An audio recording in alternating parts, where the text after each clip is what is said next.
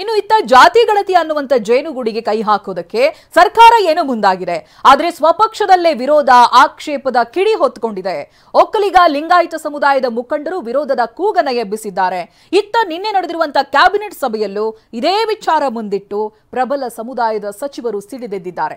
ನಿನ್ನೆಯ ಸಂಪುಟ ಸಭೆಯಲ್ಲಾದ ಚರ್ಚೆಯ ಇನ್ಸೈಡ್ ಮಾಹಿತಿ ಟಿವಿ9ಗೆ ಲಭ್ಯವಾಗಿದೆ.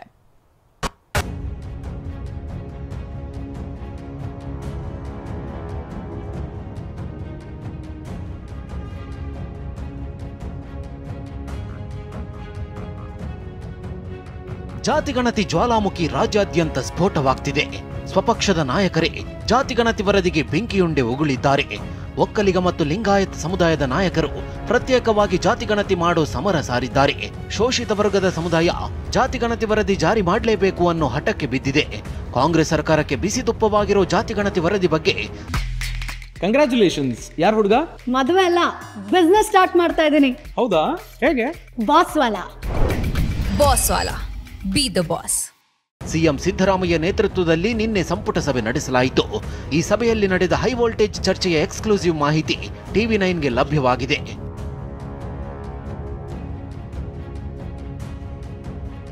ಜಾತಿಗಣತಿಗೆ ಸಂಪುಟ ಸಭೆಯಲ್ಲಿ ಜ್ವಾಲಾಮುಖಿ ಸ್ಫೋಟ. ವರದಿಗೆ ಒಕ್ಕಲಿಗ ಲಿಂಗಾಯತ ಸಚಿವರಿಂದ ತೀವ್ರ ಆಕ್ಷೇಪ. ಸಚಿವ ಸಂಪುಟ ಸಭೆಯ ಇನ್ಸೈಡ್ ಮಾಹಿತಿ ಟಿವಿ9ಗೆ ಲಭ್ಯ. ಜಾತಿಗಣತಿ ವರದಿಯನ್ನ ಸಂಪುಟ ಸಭೆ ಟೇಬಲ್ನಲ್ಲಿಟ್ಟು ಚರ್ಚಿಸಲಾಗಿದೆ. ಕ್ಯಾಬಿನೆಟ್ ಆರಂಭದಲ್ಲಿಯೇ ವರದಿಗೆ ವಿರೋಧ ಕೇಳಿ ಬಂದಿದೆ. ಅಷ್ಟಕ್ಕೂ ಸಭೆಯಲ್ಲಿ ಒಕ್ಕಲಿಗ ಲಿಂಗಾಯತ ನಾಯಕರು ಅಸಮಾಧಾನ ಹೊರಗೆ ಹಾಕಿದ್ದೇಗೆ, ಯಾವುದೇ ನಿರ್ಣಯಕ್ಕೆ ಬಾರದೆ ಸಭೆಯನ್ನ ಮೇ 2ಕ್ಕೆ ಮುಂದೂಡಿದ್ದು ಏಕೆ ಅನ್ನೋ ಇನ್ಸೈಡ್ ಮಾಹಿತಿ ತೋರಿಸ್ತೀವಿ ನೋಡಿ.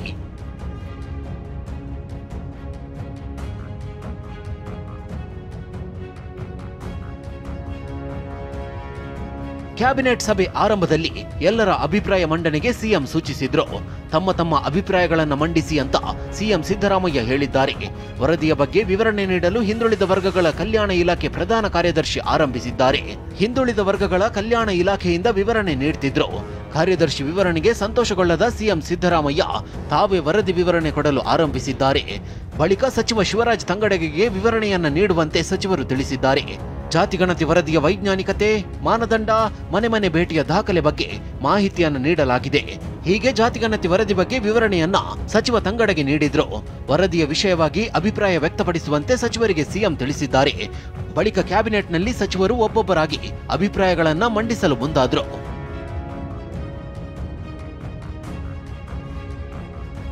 ಜಾತಿಗಣತಿ ವಿಷಯವಾಗಿ ಚರ್ಚೆ ಆರಂಭವಾಗ್ತಿದ್ದಂತೆ ಸಚಿವ ಎಸ್ ಮಲ್ಲಿಕಾರ್ಜುನ ಆಕ್ಷೇಪವನ್ನು ಹೊರಹಾಕಿದ್ರು. ಜಾತಿಗಣತಿ ವರದಿಗೆ ಸಚಿವ ಎಸ್ ಮಲ್ಲಿಕಾರ್ಜುನ ತೀವ್ರ ಆಕ್ಷೇಪವನ್ನು ವ್ಯಕ್ತಪಡಿಸಿದ್ದಾರೆ. ಈ ವರದಿಯೇ ಸರಿಯಿಲ್ಲ ಎಂದು ಸಚಿವ ಮಲ್ಲಿಕಾರ್ಜುನ ಗರಂ ಆಗಿದ್ದಾರೆ. ಈ ಜಾತಿಗಣತಿಯನ್ನು ತಿರಸ್ಕರಿಸಿ ಎಂದು ಮಲ್ಲಿಕಾರ್ಜುನ ಸಿಟ್ಟಾಗಿ ಮಾತನಾಡಿದ್ದಾರೆ. ಸಮುದಾಯ ಉಪಪಂಗಡಗಳನ್ನು ವಿಭಜಿಸಲಾಗಿದೆ. ಲಿಂಗಾಯತ ಮತ್ತು ಉಪಪಂಗಡ ವಿಂಗಡಿಸಿ ನಮೂದಿಸಿದ್ದು ತಪ್ಪು. ಸಮುದಾಯದ ಸಂಖ್ಯೆ ಇಷ್ಟು ಕಡಿಮೆ ಅಂದ್ರೆ ನಂಬೋದ್ಯಾರು? ಇದನ್ನು ಒಪ್ಪುವುದು ಹೇಗೆ ಸಾಧ್ಯ ಎಂದು ಎಸ್ ಮಲ್ಲಿಕಾರ್ಜುನ ಕ್ಯಾಬಿನೆಟ್ ಸಭೆಯಲ್ಲಿ ಪ್ರಶ್ನಿಸಿದ್ದಾರೆ. ಇಷ್ಟೇ ಅಲ್ಲ, ಸಚಿವ ಈಶ್ವರ್ ಖಂಡ್ರೆ ಕೂಡ ಸಚಿವ ಎಸ್ ಮಲ್ಲಿಕಾರ್ಜುನ ಮಾತಿಗೆ ಧನಿಗೂಡಿಸಿದ್ರು. ಸಚಿವ ಮಲ್ಲಿಕಾರ್ಜುನ ಮಾತಿಗೆ ಈಶ್ವರ್ ಖಂಡ್ರೆ ಧನಿಗೂಡಿಸಿದ್ದಾರೆ. ವೀರಶೈವ ಲಿಂಗಾಯತ ಮಹಾಸಭಾದ ಅಧಿಕಾರಿಗಳ ವರದಿ ಬಗ್ಗೆ ಪ್ರಸ್ತಾಪಿಸಿದ್ರು. ಅವರು ನೀಡಿದ್ದ ಅಧ್ಯಯನ ವರದಿಯನ್ನು ಉಲ್ಲೇಖಿಸಿ ಖಂಡ್ರೆ ಮಾತು ಆರಂಭಿಸಿದ್ರು. ಲಿಂಗಾಯತ ಸಮುದಾಯದ ಸಂಖ್ಯೆಯನ್ನ ಕಡಿಮೆ ತೋರಿಸಿದ ಬಗ್ಗೆ ಆಕ್ಷೇಪ ವ್ಯಕ್ತಪಡಿಸಿದ್ದಾರೆ. ಜಾತಿಗಣತಿ ವರದಿಗೆ 94% ನಿಖರತೆ ಇದೆ ಎಂದು ಕೆಲ ಸಚಿವರು ವಾದ ಮಂಡಿಸಿದ್ರು. ಈ ವೇಳೆ ಎಲ್ಲವನ್ನ ನೋಡಿ ತೀರ್ಮಾನಿಸೋಣ ಬಿಡಿ ಎಂದು ಸಿದ್ದರಾಮಯ್ಯ ಹೇಳಿದ್ದಾರೆ.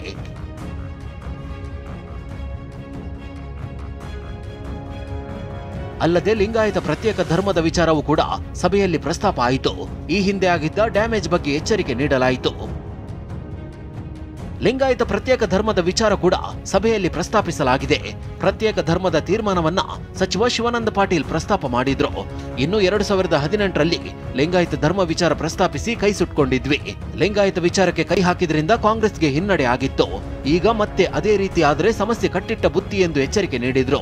ಹೀಗಾಗಿ ಜಾತಿಗಣತಿ ವರದಿ ಜಾರಿ ಬಗ್ಗೆ ತೀರ್ಮಾನಿಸುವ ಮೊದಲು ಮತ್ತೊಮ್ಮೆ ಯೋಚಿಸಿ ಎಂದು ಸಲಹೆ ನೀಡಿದ್ರು.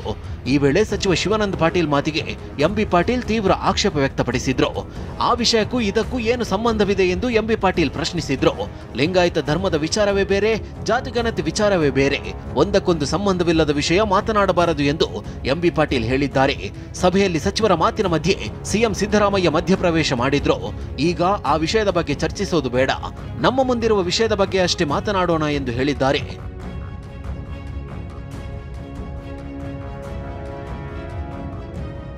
ಒಂದ್ ಕಡೆ ಜಾತಿಗಣತಿ ವರದಿಗೆ ಲಿಂಗಾಯತ ಸಮುದಾಯದ ಸಚಿವರು ಕೆಂಡ ಕಾರಿದ್ರೆ, ಇತ್ತ ಒಕ್ಕಲಿಗ ಸಚಿವರು ಕೂಡ ಅಸಮಾಧಾನ ಹೊರಹಾಕಿದ್ದಾರೆ. ಜಾತಿಗಣತಿ ವರದಿಗೆ ಒಕ್ಕಲಿಗ ಸಚಿವರಿಂದಲೂ ಆಕ್ಷೇಪ ಕೇಳಿ ಬಂದಿದೆ. ಒಕ್ಕಲಿಗ ಸಮಾಜದ ಅಂಕಿ ಸಂಖ್ಯೆ ಬಗ್ಗೆ ತೀವ್ರ ಆಕ್ಷೇಪಗಳು ಇವೆ. ಜನರಿಗೆ ತಪ್ಪು ಭಾವನೆ ಹೋಗ್ತಿದೆ ಎಂದು ಅಸಮಾಧಾನ ಹೊರಹಾಕಿದ್ರು. ಜಾತಿಗಣತಿ ವರದಿಯನ್ನ ಈ ಸಭೆಯಲ್ಲಿ ಒಪ್ಪೋದು ಬೇಡ, ವರದಿಯ ನ್ಯೂನ್ಯತೆ ಬಗ್ಗೆ ಕೂಡ ಚರ್ಚೆ ಮಾಡಬೇಕಾಗಿದೆ, ತಾಂತ್ರಿಕ ವಿಷಯಗಳ ಬಗ್ಗೆ ಹೆಚ್ಚು ಚರ್ಚಿಸಬೇಕು ಎಂದು ಅಭಿಪ್ರಾಯ ಮಂಡಿಸಿದ್ದಾರೆ. ಕೆಲ ಮನೆಗಳಿಗೆ ಹೋಗಿಲ್ಲ ಎಂಬ ಆರೋಪಗಳು ಕೂಡ ಇದೆ. ತಪ್ಪಿದ್ದರೆ ತಿದ್ದುವ ಕೆಲಸ ಆಗಬೇಕು ಎಂದು ಒಕ್ಕಲಿಗ ಸಚಿವರು ಅಭಿಪ್ರಾಯ ಹೇಳಿದ್ರು. ಇನ್ನೊಂದು ಕಡೆ ಜಾತಿ ಸಂಖ್ಯೆ ಕಡಿಮೆ ತೋರಿಸಿರೋ ಆರೋಪಕ್ಕೆ ಒಬಿಸಿ ಸಚಿವರು ಹಲವು ವಿಚಾರವನ್ನ ಪ್ರಸ್ತಾಪ ಮಾಡಿದ್ರು. ಜಾತಿಗಣತಿ ವಿವರ ಲಭ್ಯವಾಗುವಂತೆ ಮಾಡೋಣ ಅಂತ ಒಬಿಸಿ ಸಚಿವರು ಹೇಳಿದ್ದಾರೆ. ಎಲ್ಲರಿಗೂ ವರದಿ ಸಿಕ್ಕಿ ಕ್ಲಾರಿಟಿ ಸಿಗುತ್ತೆ. ತಾಲೂಕುಗಳ ಪ್ರಕಾರ ಅಂಕಿಅಂಶ ದತ್ತಾಂಶ ಬಿಡುಗಡೆ ಮಾಡೋಣ. ಇತ್ತ ವ್ಯತ್ಯಯವಾಗಿದ್ರೆ ಆಯಾ ತಾಲೂಕು ಮಟ್ಟದಲ್ಲಿಯೇ ಮಾಹಿತಿ ನೀಡೋಣ. ಸಮಾಜ ಹಾಗೂ ಕಾರ್ಯಾಂಗದಿಂದ ಮಾಹಿತಿ ನೀಡೋ ಕೆಲಸ ಆಗ್ಲಿ. ವ್ಯತ್ಯಯವಾಗಿದ್ರೆ ದಾಖಲೆ ಸಮೇತ ಅವರು ಮಂಡಿಸ್ಲಿ. ಬೇಕಾದಲ್ಲಿ ತಿದ್ದುವ ಕೆಲಸ ಮಾಡೋಣ ಎಂದು ಕೆಲ ಒಬಿಸಿ ಸಚಿವರು ಹೇಳಿದ್ದಾರೆ. ಇದನ್ನು ನಾವು ಮಾಡಬೇಕಿದೆ ಎಂದು ಕೆಲ ಸಚಿವರು ಅಭಿಪ್ರಾಯ ಮಂಡಿಸಿದ್ದಾರೆ. ವೈಜ್ಞಾನಿಕವಾಗಿ ಎಲ್ಲ ಸಮುದಾಯಗಳನ್ನ ಜತೆಗೂಡಿಸೋಣ. ಜಾತಿಗಣತಿ ಜಾರಿ ಪಕ್ಷದ ಪಾಲಿಸಿ ಅಂತ ಒಬಿಸಿ ಸಚಿವರು ಸಭೆಯಲ್ಲಿ ಪ್ರಸ್ತಾಪಿಸಿದ್ದಾರೆ.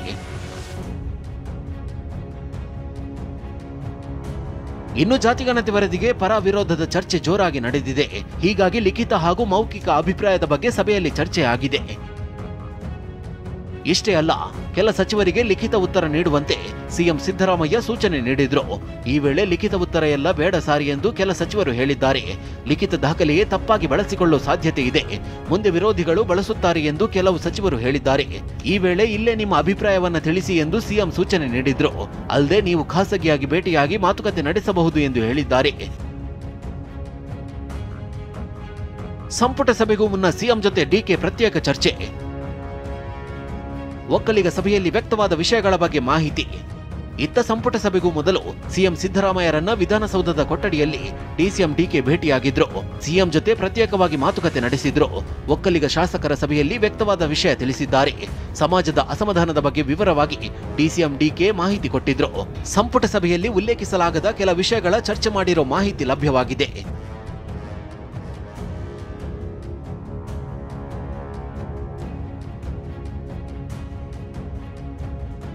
ರಾಜ್ಯದಲ್ಲಿ ಕಿಚ್ಚು ಹೊತ್ತಿಸಿರೋ ಜಾತಿಗಣತಿಗೆ ಕಾಂಗ್ರೆಸ್ ನಾಯಕರಿಂದ ತೀವ್ರ ವಿರೋಧ ವ್ಯಕ್ತವಾಗಿದೆ.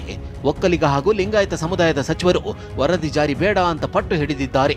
ತಮ್ಮ ಸಮುದಾಯದ ಜನಸಂಖ್ಯೆ ಕಡಿಮೆಯಾಗಿದ್ದು ಹೇಗೆ ಎಂದು ಪ್ರಶ್ನೆ ಮುಂದಿಟ್ಟಿದ್ದಾರೆ. ಪರ ವಿರೋಧದ ಚರ್ಚೆ ನಡುವೆ ಮೇ 2ರ ಮುಹೂರ್ತ ಮತ್ತೆ ನಿಗದಿಯಾಗಿದೆ. ಅಂದು ಏನಾಗುತ್ತೆ ಅನ್ನೋದು ಕುತೂಹಲ ಮೂಡಿಸಿದೆ. Bureau report, TV9.